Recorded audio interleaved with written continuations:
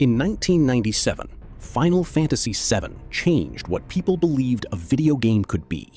Its characters became icons. Its villain became one of the most recognizable images of menace in the medium. And one moment near its midpoint became perhaps the single most discussed event in video game history. For 23 years, the idea of remaking it existed somewhere between dream and anxiety for the people who grew up with it. Square Enix announced the remake in 2015, and when it arrived in 2020, it did something almost no one expected. It did not simply retell the story, but we'll get to that. First, let's talk about Midgar.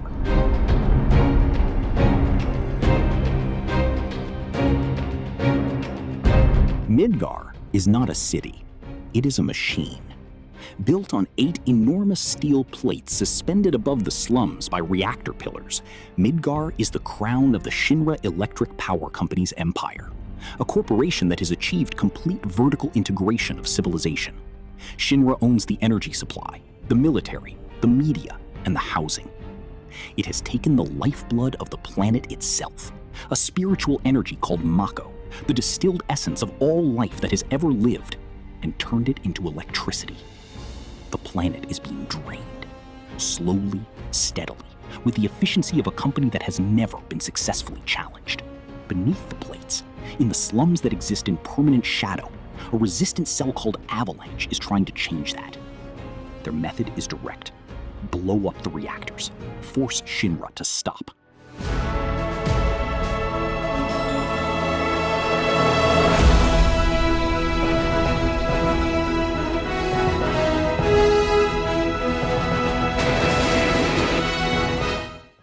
Their leader is Barrett Wallace, a man built like a wall, with a machine gun grafted to one arm, and his daughter Marlene waiting for him back at their base in Sector 7.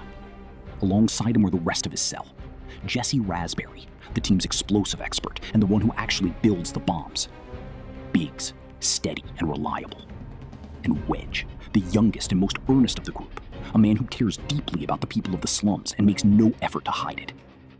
For this mission, they've brought in outside help: a mercenary named Cloud Strife. Cloud is a former soldier, an elite operative of Shinra's own military, enhanced with Mako energy and altered at a biological level most people don't know about.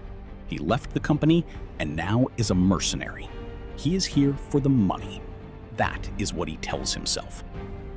The mission is Mako Reactor 1. Infiltrate, place the bomb on the core, get out before it blows. Cloud and Barrett fight through the reactor's security, a machine called the Scorpion Sentinel standing between them and the exit.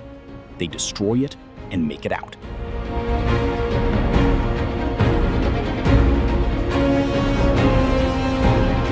The explosion is not what Avalanche intended. It is massive, far larger than any bomb Jesse built could produce. When it's over and the city is processing the shockwave, Shinra's internal cameras already know the truth. They set off their own explosion on top of Avalanche's, a manufactured catastrophe, calibrated to maximize outrage.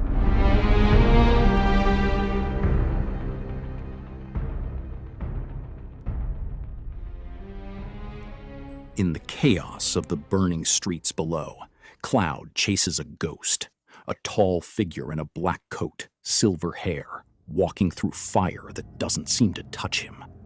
The face, when he catches a glimpse of it, belongs to someone who should not be here, someone who should not be anywhere.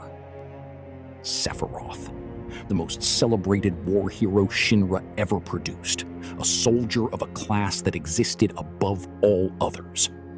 Dead for 5 years in an incident in Nibelheim that Cloud knows more about than he has told anyone. He's standing in the middle of a burning street, looking back at him.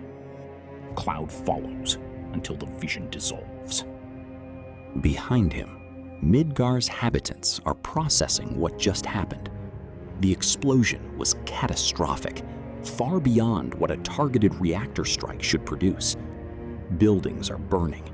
Streets that were full of people 20 minutes ago are now full of smoke and emergency response teams that everyone watching knows are really there to secure the scene. not to help.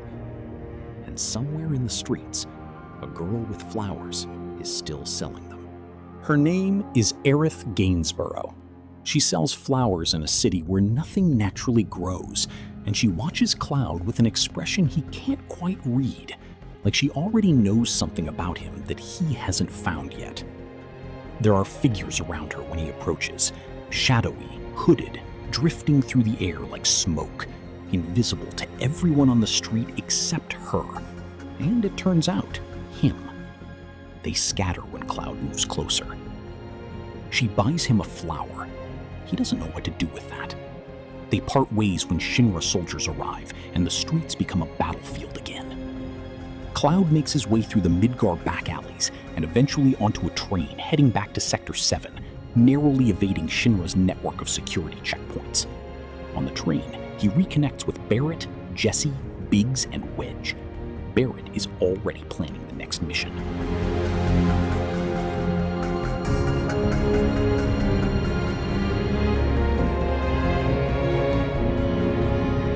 Sector 7's slums are not what outsiders imagine when they think of Midgar. They are not just poverty. They are a community, one that has built something real and warm in the shadow of a plate that blocks out the sun.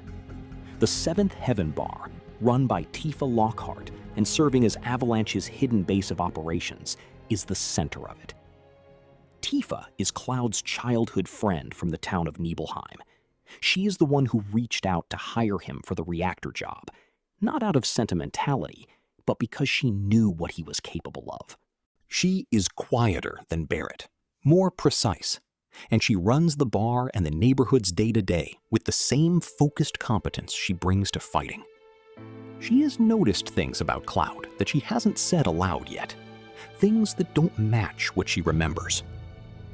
That night, back at Seventh Heaven, Barrett pays Cloud for the reactor job and makes clear he's done as far as Cloud is concerned. Tifa asks him to stay, just for now, just until things stabilize. Cloud agrees, but only because it suits him.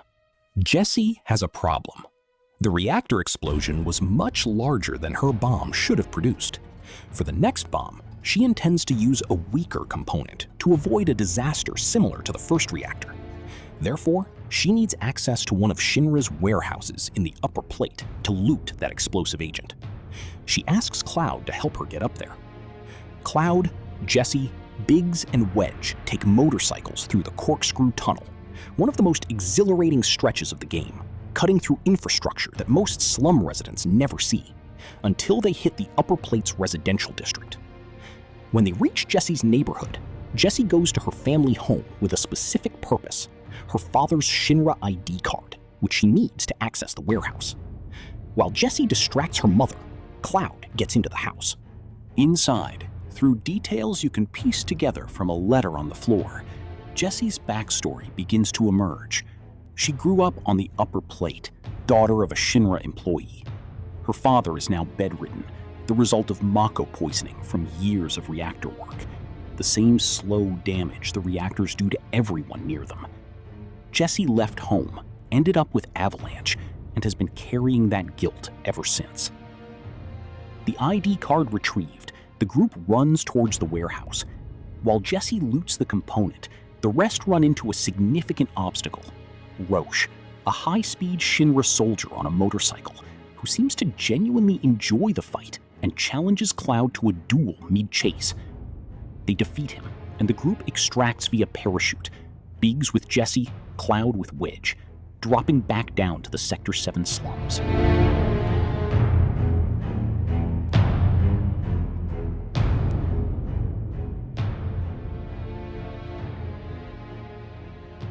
The second reactor mission is Mako Reactor 5. Avalanche boards a late-night train using Shinra ID chips that Jesse has programmed with falsified data, a system she designed specifically to defeat the security scanners, and makes their way through the maintenance tunnels that run beneath the city's infrastructure. The route forces them into the underbelly of Midgar, industrial corridors maintained by machine and forgotten by everyone above. The security response is heavier than it was for Reactor 1. Shinra has already flagged Avalanche as a known threat and adjusted its posture accordingly. The group works through the infrastructure, layer by layer, shutting down security systems and cutting through mechanical resistance until they reach the point where the bomb can be set. However, Shinra was a few steps ahead of them. The bomb goes off, and our characters are ambushed. Tifa and Barrett escape, but Cloud, he falls all the way down to the slums.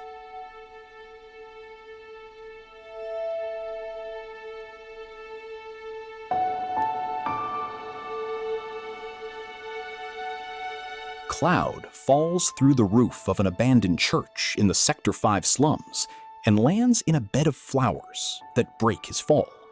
Flowers that should not be able to grow in a city running on Mako, in soil that should be as drained as everything else around it. Aerith is tending them when he wakes up. They have a conversation, tentative and a little strange. Two people who met briefly in chaos, now with a moment of quiet between them. Aerith is at home here in a way she isn't anywhere else in Midgar. The church and the flowers are hers in some way she doesn't fully explain. Cloud asks about the hooded figures. She deflects. She offers to show him the way back to Sector 7. Before they can leave, the Turks arrive.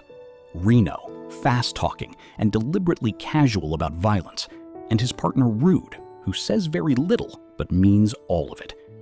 They are Shinra's elite operatives, somewhere between company security and government agency, and they are here for Aerith. Cloud and Aerith fight their way out of the church together, the first time they've actually fought as a pair, and escape across the rooftops of Sector 5. In the rooftop chase, they get to know each other. Aerith brings Cloud to the Sector 5 slums, to the house where she lives with her mother, Elmira. Elmira is cautious with Cloud. That night, she asks him to leave quietly without telling Aerith. She can see that Aerith is becoming attached, and she is afraid of where that leads. She has reasons for that fear that she doesn't fully explain. Cloud agrees and slips out before dawn. He doesn't make it far. Aerith is waiting for him at the edge of the sector. She has a look on her face that suggests she has been waiting for a while and found it entirely predictable that he would try to leave without telling her. She insists on coming along. They head toward Sector 6 together, toward the path that leads back to Sector 7. At Evergreen Park, they stop to rest for a moment. Aerith tells Cloud that he reminds her of her first love, who was also in Soldier. She says his name. Cloud's ears ring, and he can't explain why. He doesn't catch it. What's his name? I probably know him.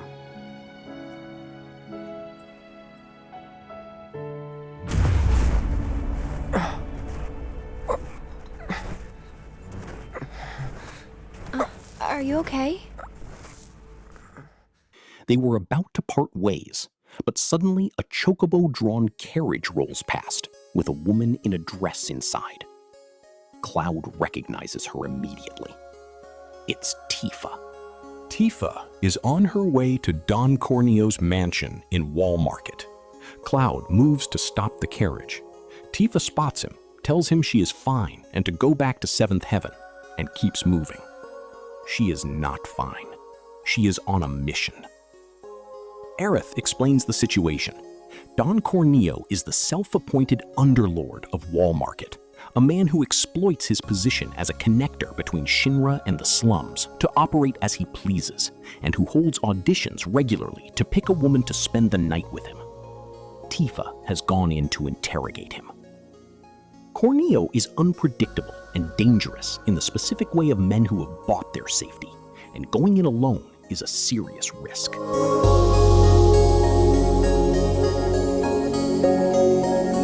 Aerith says they need to get into the mansion to back her up, and to get in, Cloud is going to need to be dressed as a woman for the audition. What follows is the game's most openly playful sequence. Wall Market as an entire ecosystem of the strange and the vivid, operating by its own rules under the partial shelter of Shinra's indifference. Cloud and Aerith need endorsements from one of Corneo's associates, Chocobo Sam, the horse trader who runs his operations out of the stables, Madame M, who operates a massage parlor with the authority of someone who has never once been told what to do. She's the one that helps Aerith to get ready for the audition.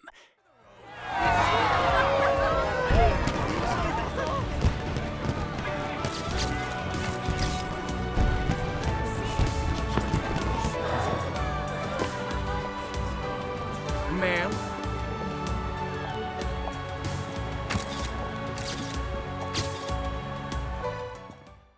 And Andrea Rodia, who owns the Honeybee Inn and whose endorsement requires Cloud to earn his outfit through a full dance performance on stage.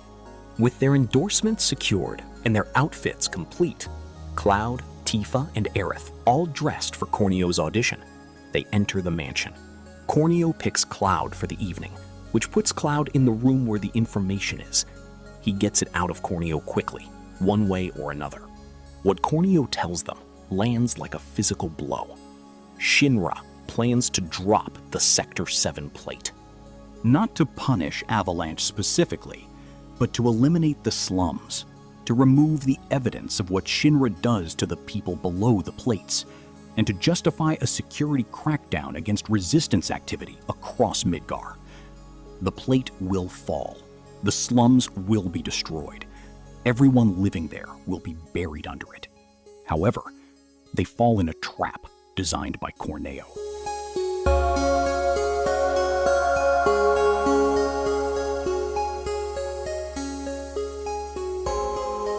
Cloud and his group fall in the sewers, where they have to find their way back to Sector 7 to avoid a tragedy. Through infrastructure that was never meant to be traveled on foot, maintenance tunnels, sewer passages, the physical guts of the city running beneath everything that happens above. Before reaching Sector 7 directly, the route takes them through the old Ghost Train Yard, an industrial graveyard of decommissioned Shinra equipment that has become something stranger over the years. The machinery is still active in ways it shouldn't be. Whatever energy lingers here has warped the place. Ghostly apparitions populate the corridors.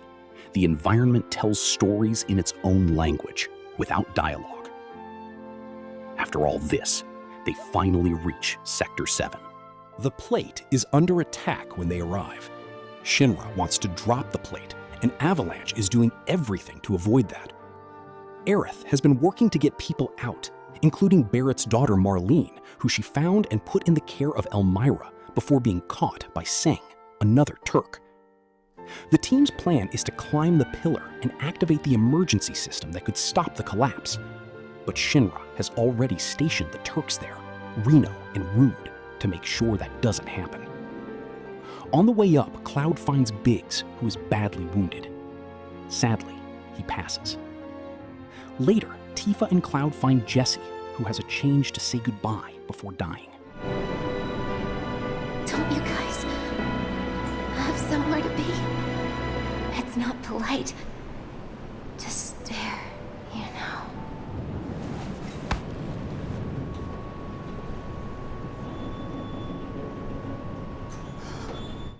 Cloud, Tifa, and Barrett intend to avenge their friend. They hold off Reno and Rude in a 2-on-2 fight on the pillar's maintenance scaffold. They win. It doesn't matter. Shinra drops the plate manually from above. Wedge appears to die as well. Cloud, Tifa, and Barrett fall into the ruins of Sector 6, barely alive, into a silence that has replaced an entire community.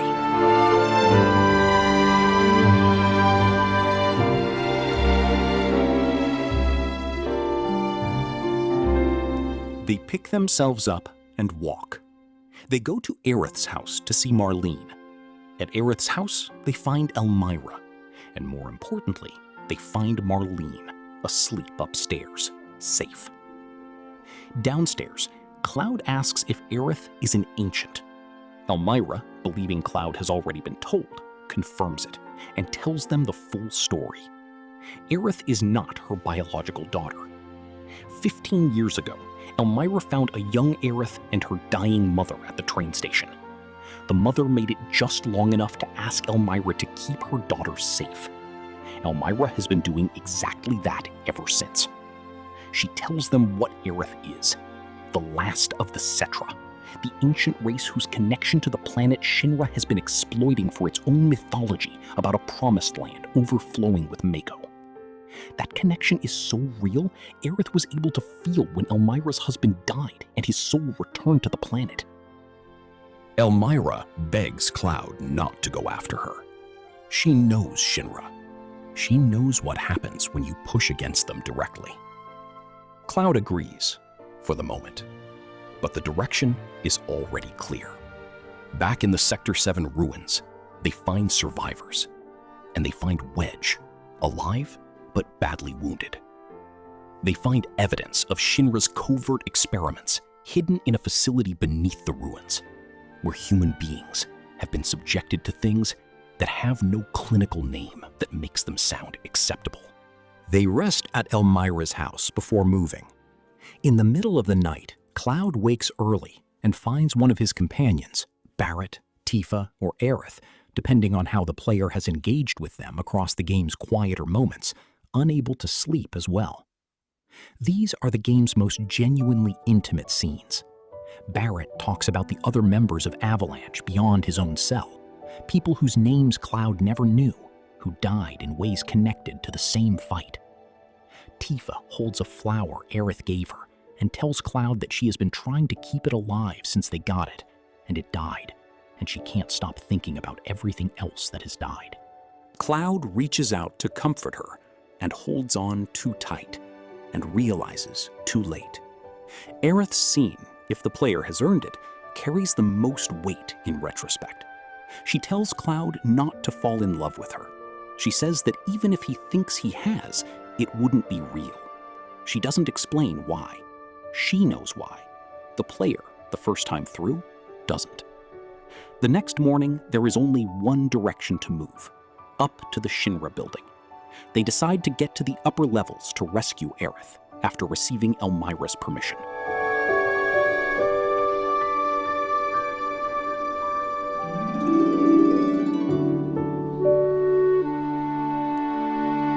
Cloud, Tifa, and Barrett find their way in and begin climbing. They finally get there. The Shinra Building is the heart of the company, a tower visible from every point in Midgar, the physical expression of total institutional power. Getting inside means navigating the wreckage of the Sector 7 plate collapse as it presses against the building's base, then working through layer after layer of Shinra security. The building is enormous, and the game uses that scale. It is not just a dungeon, it is a presentation of what Shinra is. The floors house archives, exhibit halls with historical records of the company's founding and expansion, conference rooms where Shinra's executives decide the fate of cities the same way other companies decide quarterly projections. Cloud and Tifa spy on one such meeting through an air duct, listening as the executives discuss the Sector 7 operation, the cover story that is already being deployed, and Shinra's search for the Promised Land, which they believe Aerith can lead them to. Hojo, the company's lead scientist, is already planning what to do with Aerith. What he describes, without apparent discomfort, is psychological experimentation and forced biological continuation of the Cetra lineage. He says this the way he says everything, as a procedural matter. Sephiroth walks through a corridor on one of the upper floors. The executives dismiss it as impossible. Palmer, who saw him, is not reassured. Cloud, Tifa, and Barrett reach Aerith's cell. They get her out. And from the cell next to hers, something comes loose in the process. A creature that was being held for study, a being called Red 13. Intelligent, furious, and carrying his own history with the company, he joins them immediately. He is the one who explains the whispers properly. Red 13 tells them what he knows. The shadowy figures that have been appearing throughout their journey are called whispers. They are arbiters of fate, entities sent by the planet itself to ensure that history follows its predetermined path. Wherever events begin to deviate from what is meant to happen, the Whispers appear and correct it. The team finds President Shinra hanging in the top floor. Barrett tries to convince him to tell everyone the truth about Sector 7 tragedy. And then, Sephiroth appears. He kills President Shinra with effortless contempt. He also kills Barrett, but at that moment, the Whispers appear and keep Barrett alive after Sephiroth stabbed him, because Barrett was not supposed to die here, and the Whispers do not allow deviations. Sephiroth takes the containment unit housing Genova, a being the company has been keeping in cold storage, its biological material the source of the Mako-enhanced soldiers, its true nature something the company has been deliberately vague about, and disappears. The death of the president is a seismic event inside the tower, but only briefly. Rufus Shinra, his son, appears by helicopter and assumes control within the hour. He is colder than his father, sharper, and significantly more dangerous in the specific way of someone who has thought through the same scenarios his father never considered. Cloud stays behind to hold Rufus off. A one-on-one fight in the rain on the building's helipad, while Barrett, Tifa, Aerith, and Red 13 work their way out of the building and down toward the highway below. They are able to escape an ambush and find their way out of the building and down toward the highway below. Cloud on a motorcycle, the rest on a vehicle. The classic chasing scene starts. The highway chase is the game's most visually spectacular sequence. Stolen motorcycles and corporate military hardware, the Midgar sky above them, and the ground of the slums far below, fighting through the Shinra pursuit on roads suspended between the plate and the sky. And Sephiroth is waiting on the road ahead. He tears an opening in the air, a portal into something that exists outside normal space, and invites Cloud through. Aerith knows what needs to be done. She has known for some time. She stands at the threshold and says, "What will we find on the other side?"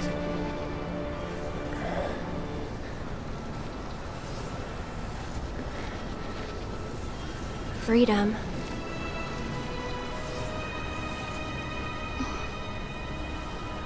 Boundless, terrifying freedom. She does not sound like someone who wants it. She sounds like someone walking into it anyway. They step through. They intend to defy fate itself and get that freedom.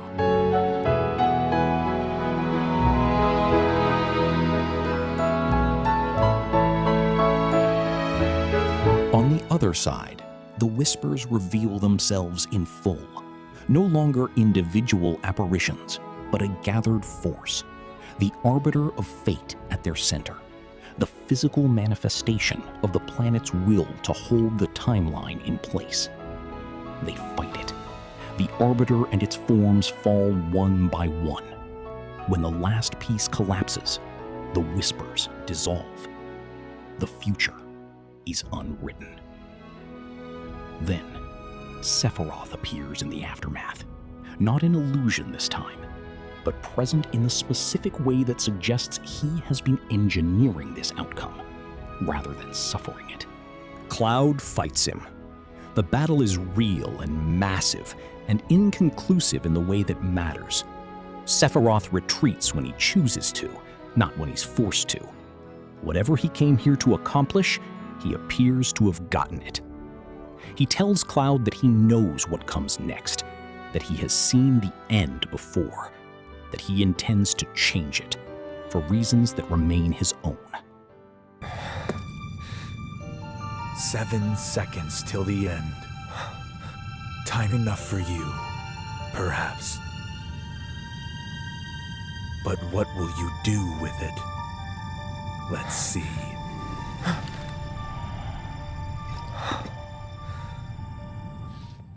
The party stands at the edge of Midgar. Behind them, the city is still healing. Ahead of the team, open road, and a world that extends beyond the only place most of them have ever known. Aerith looks back. Whatever she is leaving behind, she is leaving it fully understood. Something big is coming. This is only the beginning.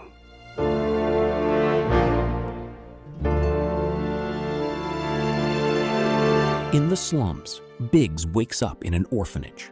He is alive, which he should not be. His injuries during the plate collapse were fatal. The game doesn't explain how. Jesse's gloves are folded beside his bed. In Hojo's lab, the containment unit is empty. Genova is gone. Hojo laughs in a way that has nothing behind it. Rufus Shinra looks out over Midgar. The city is now his. He begins planning. And then a sequence that anyone who has played the original Final Fantasy VII will feel like a wound. Zack Fair, a soldier first class, Cloud's closest friend, the man whose death in the original game was the hidden foundation of Cloud's fractured identity, is alive. He is carrying the unconscious Cloud on his back, walking toward Midgar, across the same ground where he was supposed to die. The Shinra soldiers he was supposed to be killed by are down. The whispers that surrounded him in those final moments are gone. This is not an alternate telling of Final Fantasy VII. The destruction of the whispers has fractured the timeline itself. Multiple versions of events may now be running simultaneously. The story that players of the 1997 original believe they knew, the one with the predetermined outcome, is no longer the only story. Aerith knew what the predetermined future held for her. She knew the whole time, and she fought against destiny anyway. What that costs her, whether it changes anything.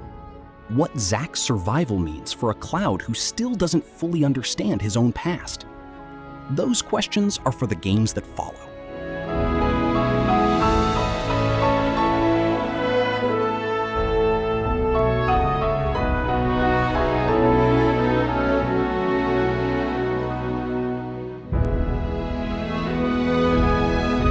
Final Fantasy VII Remake is one of the most ambitious creative decisions in the history of the franchise. Square Enix had every reason to play it safe.